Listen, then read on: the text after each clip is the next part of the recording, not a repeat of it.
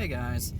So I was watching Ethan Van Sciver before I had to go to work, and he said a few things that I didn't know what was happening in The Rise of Skywalker. I don't know if this has been confirmed, but he was talking about it, and they were talking about flashbacks, which flashbacks are kind of not really the normal with Star Wars.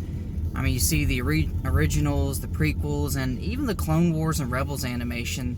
Flashbacks weren't really the big normal. But why are there flashbacks in The Rise of Skywalker? Well, the answer is very obvious. As I've said in my other video about, just an unsatisfying end, and I mean, it's the picture of Luke in the cave. Go check it out, and you'll understand where I'm coming from when I talk about this. But anyway, Disney wants control. As I've said, unlike Marvel, Marvel pretty much had control, or Disney had control of Marvel since Iron Man 1. They bought them out, and then that was it. They were there. They were able to control the direction, which they really are with Phase 4, right? But they didn't have that with Star Wars because there was so much lore already built around this franchise. I mean, there's a reason it lasted for so long, right? Anyway, so with these flashbacks, it's supposed to explain certain things that happened between the original movies and a little bit after Return of the Jedi and everything else. And it's just like with the comics, it's just Disney's way or Lucasfilm's way to try to convert Star Wars to fit their narrative, their direction. And it's not going to work. It's just not going to work. And what I mean is, it's just The Last Jedi bastardized Luke enough. I mean, what else do they have to do to this character to just make him look like an utter failure? I mean, they've already done so much to Luke. Now, in the comics, it's like he's still respected and he's still treated as this Return of the Jedi, but as I've said before, it's like he's not. He's not. We know for a fact that he's gonna fail now, so it takes away from the story that they're trying to rewrite. It's just like, why would we have Luke be a powerful Jedi and be the hope and return of the light if, he's not meant to do it? Because we all know Perfect Rey is gonna do it. Rey's the return of the Jedi. Rey's the savior of the Force. Rey's the balancer of the Force. Because this girl who has zero knowledge of the Force, the Jedi, the Sith, enters Kylo's mind, steals all of his training, and is more powerful than Kylo, more powerful than Luke. I mean, I've done a power scale comparison. As I said, it was a really out there power scale comparison, but the thing is, it's just, what have they left us with? And they got to do these flashbacks so they can justify the sequel trilogy. That's the only reason for flashbacks at this point in this movie. That is the only reason that I see that they need these flashbacks in this movie, is just so they can sit there, rewrite the Star Wars timeline to justify why the sequel trilogy is the way it is. They've already done it with the comics. So in one of the comics, Age of Rebellion, it took place between 5 and 6, and the Emperor apparently was so frustrated with Darth Vader that he gave Luke a Force vision of Luke giving up, turning away from the Jedi, going to a distant planet, sinking his X-Wing, tossing his lightsaber aside, and giving up. So now people are theorizing with that. It's like, oh, it was Palpatine all along then, and this is why Palpatine has been the villain in the sequel trilogy all along, because he was the one who gave Luke the initial vision to give up on the Jedi. And it's, I can't take this.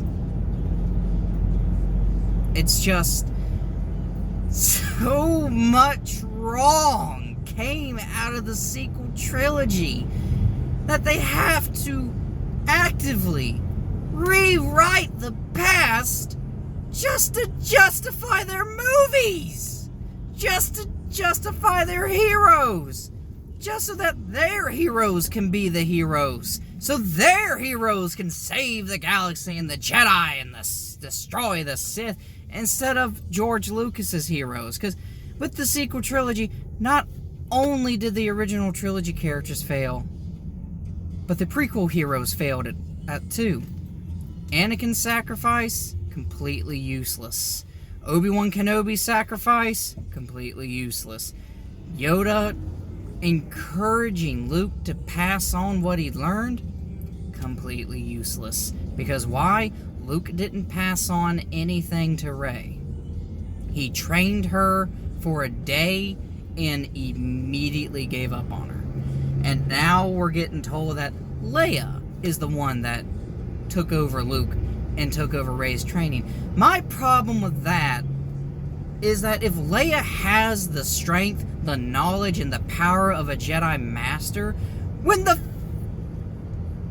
Jedi Academy was destroyed, why didn't she take up the mantle as Jedi Master?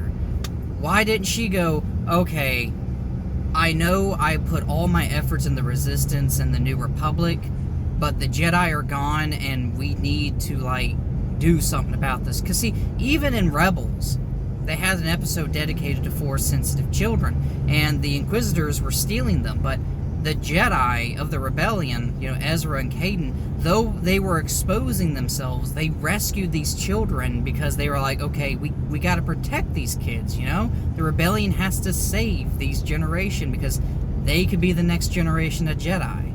Why didn't Leia do that? If she had the knowledge and power of a Jedi Master, why didn't she pick up where Luke decided to give up and say, yeah, no one should have ever been a Jedi. Fuck that. You see why it's so frustrating? It's not good storytelling. If you have to actively rewrite a previous told story to justify your own shitty-ass, convoluted, good ideas, let's throw something at the fucking wall storyline, you got a problem. You have a fucking problem. Yes, I'm cursing a lot. I apologize. I just can't get over this stupid shit. Disney, the all-powerful company, right? I don't know what's going to come of Rise of Skywalker, but from what we're hearing, as I said, I think it's just going to be a dumpster fire. And all this lore changing that they're doing just to justify their own fucking creation, they might as well just give up. Star Wars is dead. Long live the next franchise that replaces it. And that actually pains me to say that. That actually truly, really pains me to say that. Because as I said in previous videos, I grew up with Star Wars, folks. I mean, Star Wars was my thing when I was a kid. And it just stuck with me throughout my life. And to see it get bastardized like this. In fact, the best way I can describe it is it might look like Star Wars, it might sound like Star Wars, have the same names and effects and all that fun stuff, but it's not Star Wars. It's like someone making a Lord of the Rings trilogy, but then removing the orcs.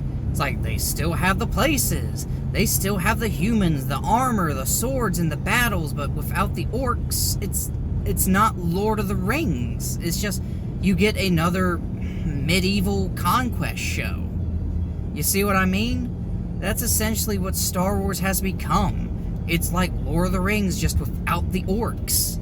It's just another fucking action-packed, fast filler fantasy. Star Wars is dead. Long live the next franchise that replaces it.